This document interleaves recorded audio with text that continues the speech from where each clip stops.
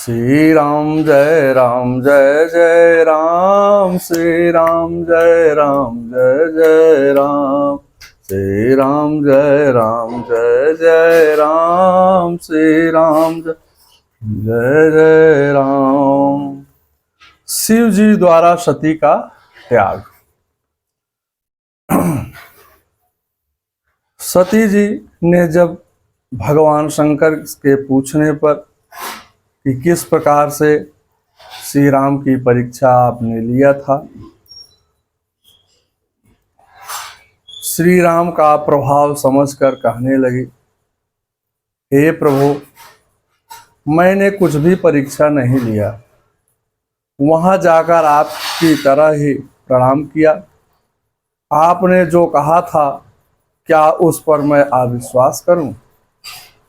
शंकर जी ने ध्यान करके सती ने जो किया था सब देखा और राम की माया के लिए उनके चरणों में अपना सिर झुकाया, नवाया। प्रेरणा करके सती से भी सत्य बुलवा दिया।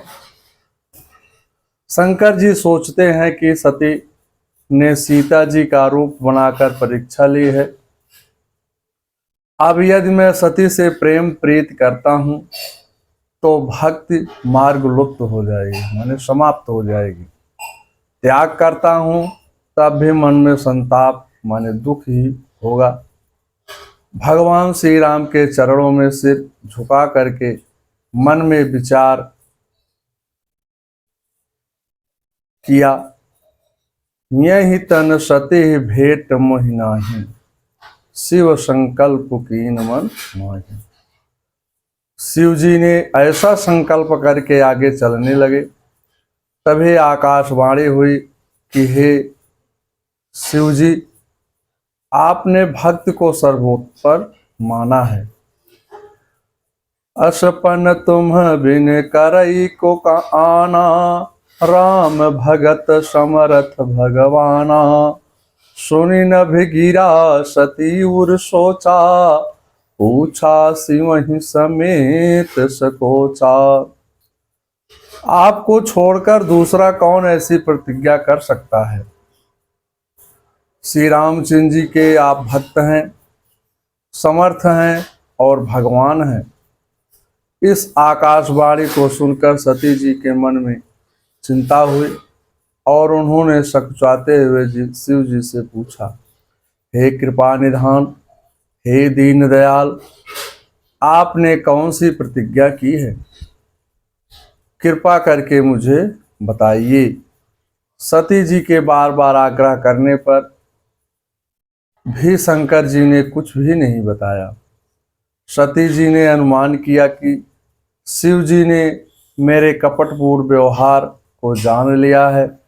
स्त्री स्वभाव से ही नारी सहज जड़ अज्ञ, मूर्ख और बेसमझ होती है। सती को कपट व्यवहार ने सरस को नीरस बना दिया। जलुपय सरिस बिकाई, देखहूं प्रीत की रीति भले। बिलग होई रसु जाई, कपट खटाई परत पुनि। प्रीत की सुंदर रीत देखिए कि जल भी दूध के साथ मिल करके दूध के समान और दूध के भाव बिकता है। फिर भी कपट रूपी खटाई पड़ते ही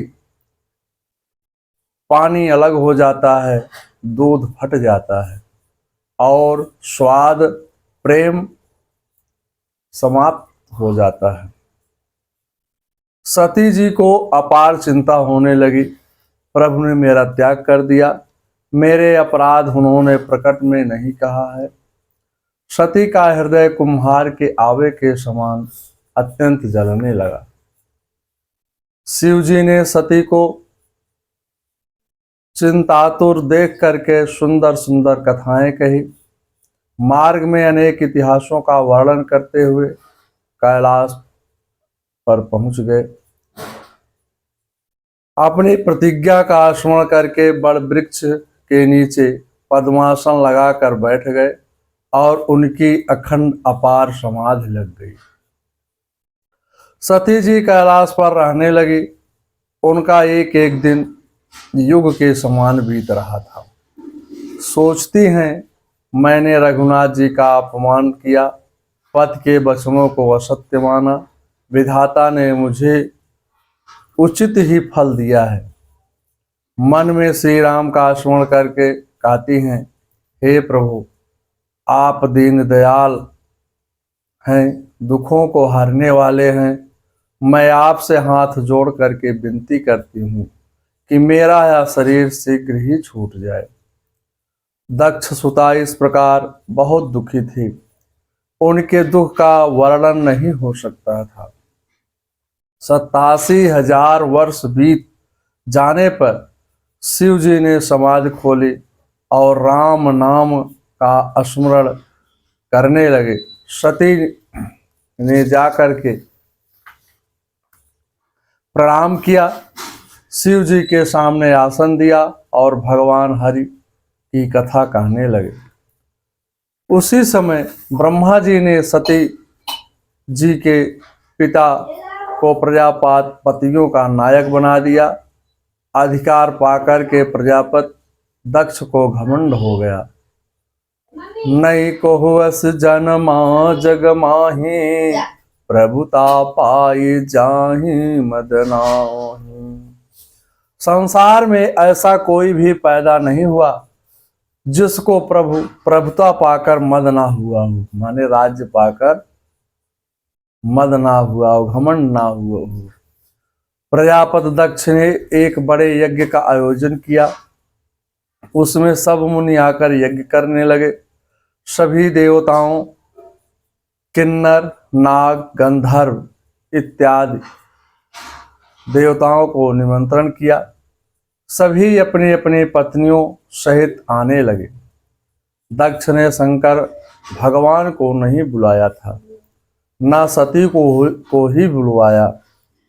सती जी ने जब आकाश में जाते हुए विमानों को देखा तो शंकर जी से पूछा। शंकर जी ने कहा, आपके पिताजी के यज्ञ में ये सभी जा रहे हैं। ब्रह्मा जी की सभा में हमसे आप प्रसन्न हो गए थे, उसी बैर के कारण यज्ञ का निमंत्रण नहीं भेजा है। सती मन में सोचने लगी, इसी बहाने जो कुछ दिन पिता के घर जाकर पति का परित्याग दुख को कुछ कम कर लूंगी। इस प्रकार मन में सोचकर श्री शंकर जी से कहती हैं,